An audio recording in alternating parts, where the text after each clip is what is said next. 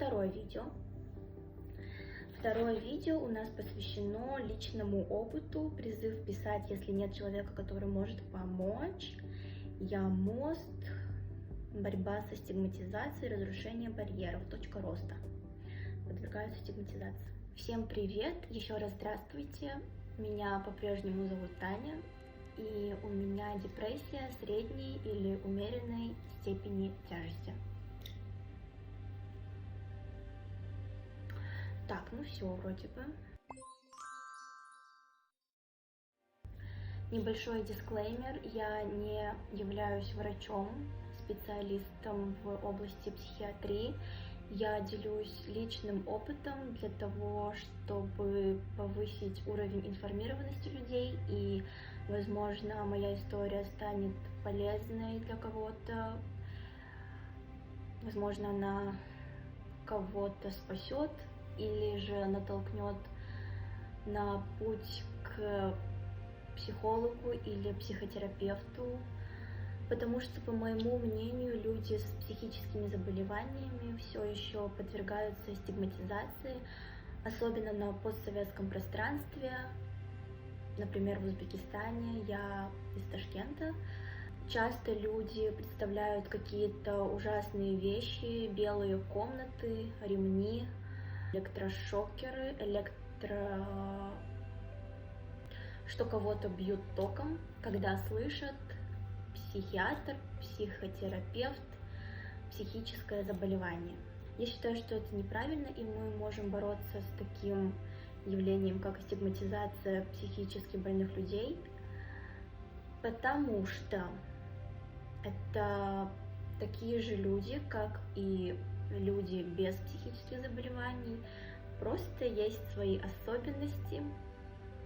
Я записываю это видео в том числе для моих близких, родных, друзей, подруг, потому что, как я говорила в прошлом видео, меня на какое-то время все потеряли.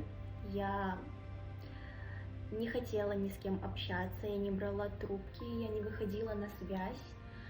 То есть меня можно было поймать просто, если вы идете по улице. Даже нет, я не выходила на улицу. Кстати говоря, у меня, возможно, была тяжелая степень депрессии, но так как я побоялась говорить правду на приеме у психиатра, или же это был психотерапевт, я точно не знаю. В общем, это был врач. Я побоялась говорить правду и сказала, что мне грустно, я ничего не хочу делать, не хочу даже просыпаться, хочу спать весь день, чтобы меня никто не трогал. Да, и мне тогда было стыдно и страшно сидеть в кабинете у врача, в том числе, я думаю, из-за стигматизации вообще всей этой темы, связанной с психическими заболеваниями.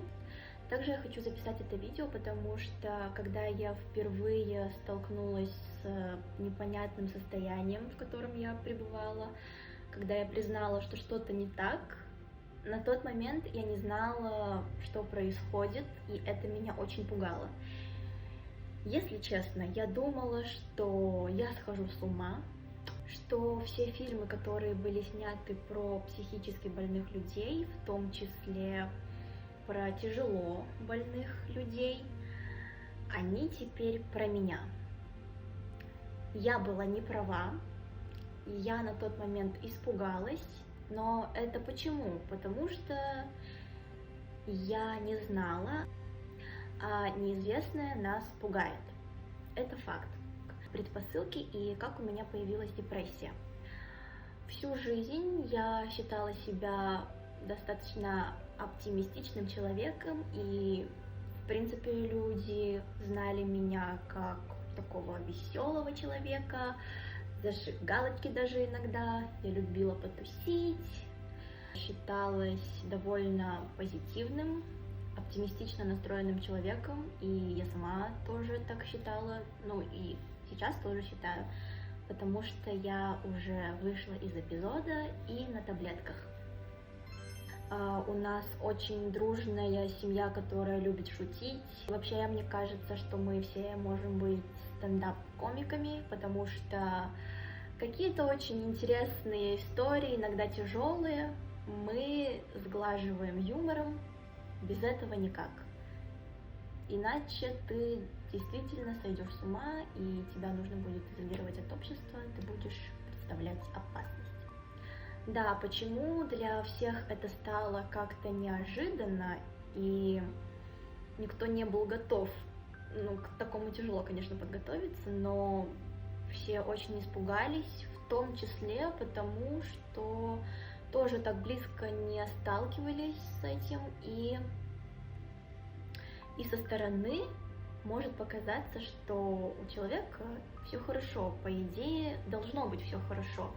На тот момент я окончила университет, у меня очень много родственников, мы все дружные. Даже сейчас, я уверена, смотрят мои родственники, потому что они такие: а что с тобой было, собственно говоря? У меня есть подруги со школьных времен, также в университете. Я не была, чтобы прям общительным суперчеловеком, но у меня там появились близкие подруги. Я надеюсь, что вы смотрите, потому что я наверняка прислала вам ссылку и заставила посмотреть. И в принципе я считаю себя довольно открытым человеком. Поэтому, когда вроде бы все так хорошо, я окончила университет, приехала домой, устроилась на работу, у меня стабильные, здоровые отношения. И казалось бы, живи, не тужи, помогай родным, общайся с друзьями, кайфуй, девочка. Со стороны могло показаться, что вообще нет причин, и просто человек на ровном месте что-то там хандрит, апатия, лень. Но это не так, это у нас в мозгу, у нас, у меня и у моих друзей, которые страдают психическим заболеванием. Так, вот что-то там, короче, не вырабатывается, не происходит.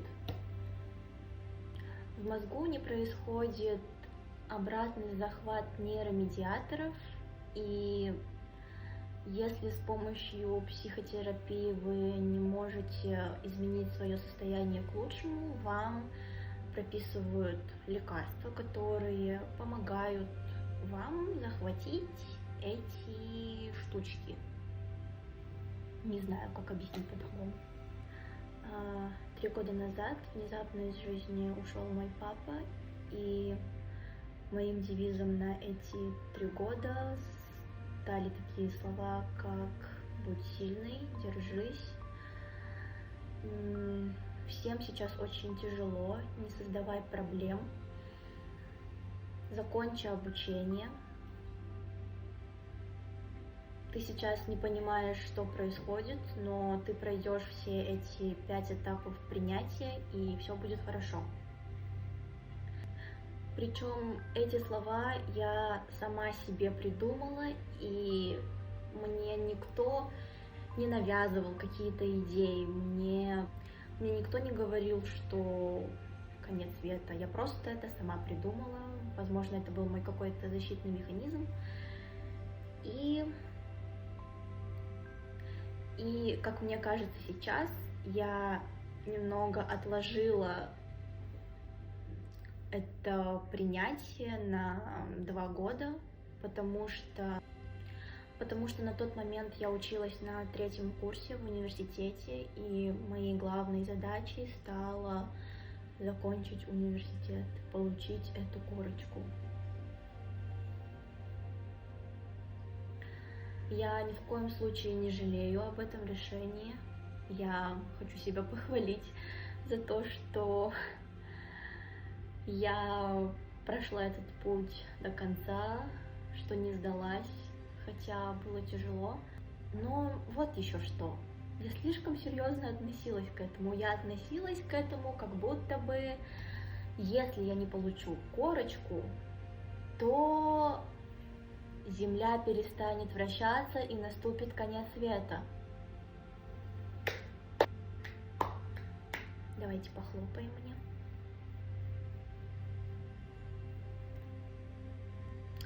В феврале этого года у меня начались интересные состояния, как сама назвала я их, потому что я не знала достаточно о ментальном здоровье и по-другому не могла описать состояния, в которых я пребываю. Да, и я знала, что психические заболевания могут быть последствиями каких-то травм, и в теории знала, что в принципе это может случиться с каждым. И логически я как бы принимала это, и в принципе у нас семья толерантная, все грамотные люди. Поэтому головой я понимала, что это может случиться с каждым, но не думала, что это случится со мной, так как на фоне тех людей, которые пережили серьезные тяжелые травмы, мои какие-то жизненные трудности и гасли на их фоне, но это ошибка. Психические заболевания могут быть и у президента, и у самого успешного бизнесмена, и у человека, у которого никогда не было каких-то травм. Я тому пример. Я не бизнесмен и не президент пока что. Что со мной происходило во время депрессии?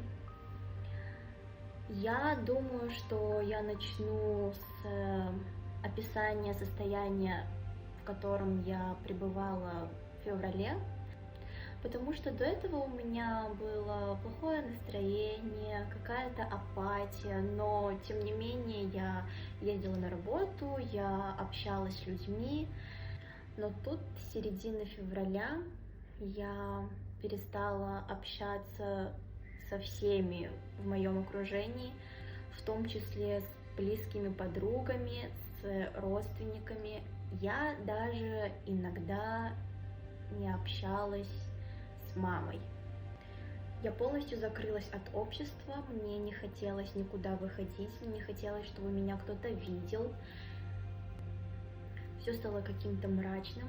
И при депрессии у вас преломляется восприятие, и вы думаете, что все очень плохо, что жизнь — это тлен. Вообще, в принципе, девиз моего эпизода — это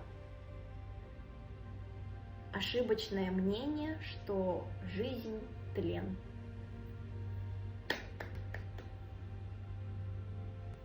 Также мне казалось, что раньше я носила розовые очки, а теперь я вижу весь мир в сером цвете, и то, что раньше я видела какие-то краски, это все было ошибочным.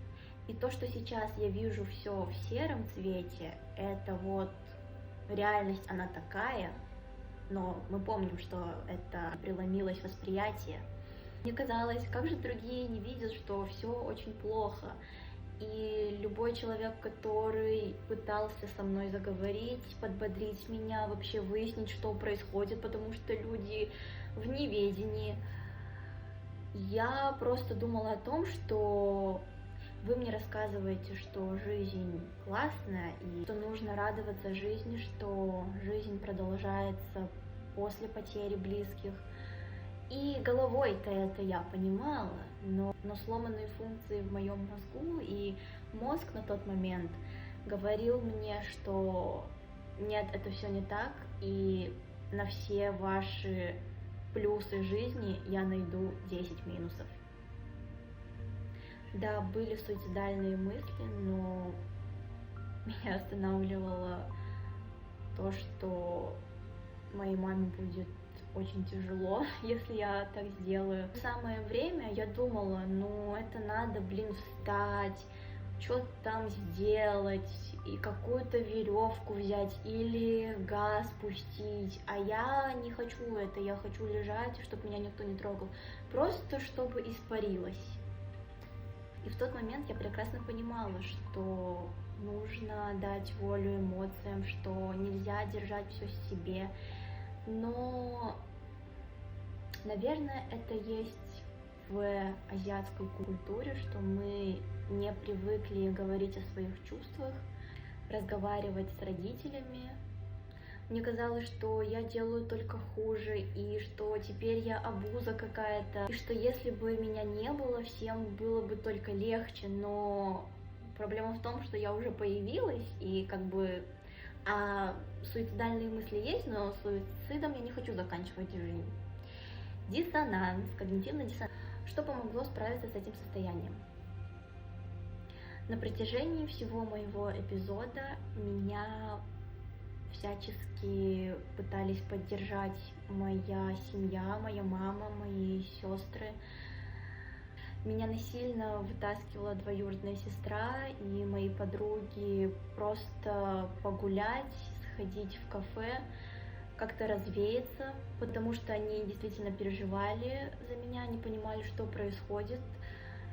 И я очень благодарна своим родственникам, своим близким, друзьям за то, что, во-первых, они своим поведением не усугубили ситуацию, а во-вторых, что они искренне попытались понять и простить. Делали все возможное, чтобы поддержать меня, помочь. И моя мама спросила меня, могу ли я справиться сама с этим состоянием, или же мне нужна помощь специалиста. Когда ты в эпизоде, ты не хочешь, чтобы кто-то узнал, что с тобой что-то не так, и ты не хочешь идти к врачу, а тем более к психиатру. Но прилетела моя старшая сестра, и мы за шкиряк поехали в Mental Health Center, центр ментального здоровья в Ташкенте. Кому нужно, я могу отправить вам адрес. И это не какая-то страшная больница с клетками и отдельными комнатами, это как будто бы такой санаторий. Там есть кабинеты, но они не похожи на кабинеты из фильмов ужасов, где больных пытают. Они похожи на кабинеты врачей или психологов.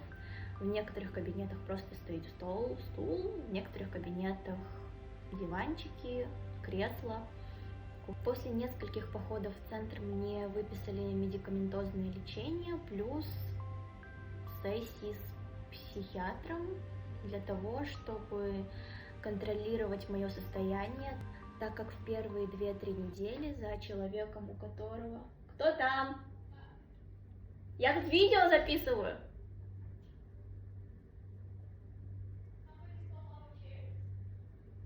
Yes. Так как в первые 2-3 недели за человеком с депрессией нужен особый контроль, потому что возможны сильные побочные эффекты.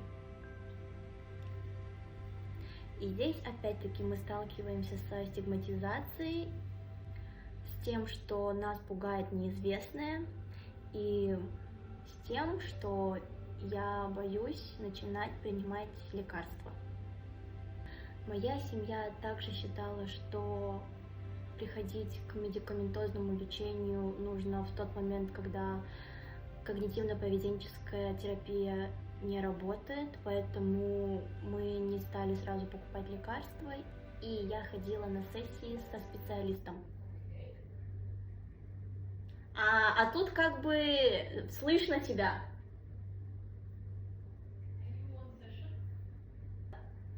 После того, как сессии не принесли какого-то результата, и мое состояние оставалось каким плохим, после того, как сессии не принесли результата и мое состояние не улучшилось, мы приняли решение принимать антидепрессанты. Моя сестра сказала, что это просто как будто бы ты заболел гриппом и тебе выписали лекарства, ты их принимаешь, тебе становится лучше. Это, наверное, помогло, потому что я стала принимать лекарства, но как принимать? Мне просто давали таблетку в постель, я запивала водой и дальше ложилась спать. таком режиме прошло 2 месяца, и сейчас я чувствую себя намного лучше, у меня есть настроение, я на пути к выходу из эпизода, я вижу свет в конце туннеля. Нет, нет, это не так. Я начала изучать информацию на эту тему, и теперь хочу рассказывать людям о ментальном здоровье и помогать людям, которые столкнулись с похожей проблемой и которые, возможно, боятся сделать первый шаг, а первый шаг, он самый тяжелый, и его очень страшно сделать. Поэтому я... А что я? И поэтому, если у вас нет такого человека, с которым вы могли бы поделиться своей проблемой или рассказать о каких-то переживаниях, странных состояниях, то я призываю вас... как это сказать? То я призываю вас не бояться просить о помощи и не усугублять, не позволять плохим мыслям сломать вас и вовремя обратиться к специалисту. Вы можете написать на почту, которая будет указана в описании к этому видеоролику. Я постараюсь оперативно отвечать на все сообщения, на все имейлы, которые будут приходить. И да, я не специалист, я не врач, я не психиатр, но, возможно, я стану тем человеком, который поможет вам сделать первый шаг на пути к ментальному здоровью. Берегите себя и своих близких. Это история о моем диагнозе. Если у вас появились какие-то вопросы, пишите их в комментариях, постараюсь отвечать. Если видео было полезным, ставьте лайки, тогда YouTube будет продвигать видео, и люди узнают о том, что проблемы с ментальным здоровьем не обходят и корейцев из Узбекистана. И жизнь прекрасна. Всем пока! Я держу цветы, которые подарили моей сестре. И да, я использовала ее цветочки для видео.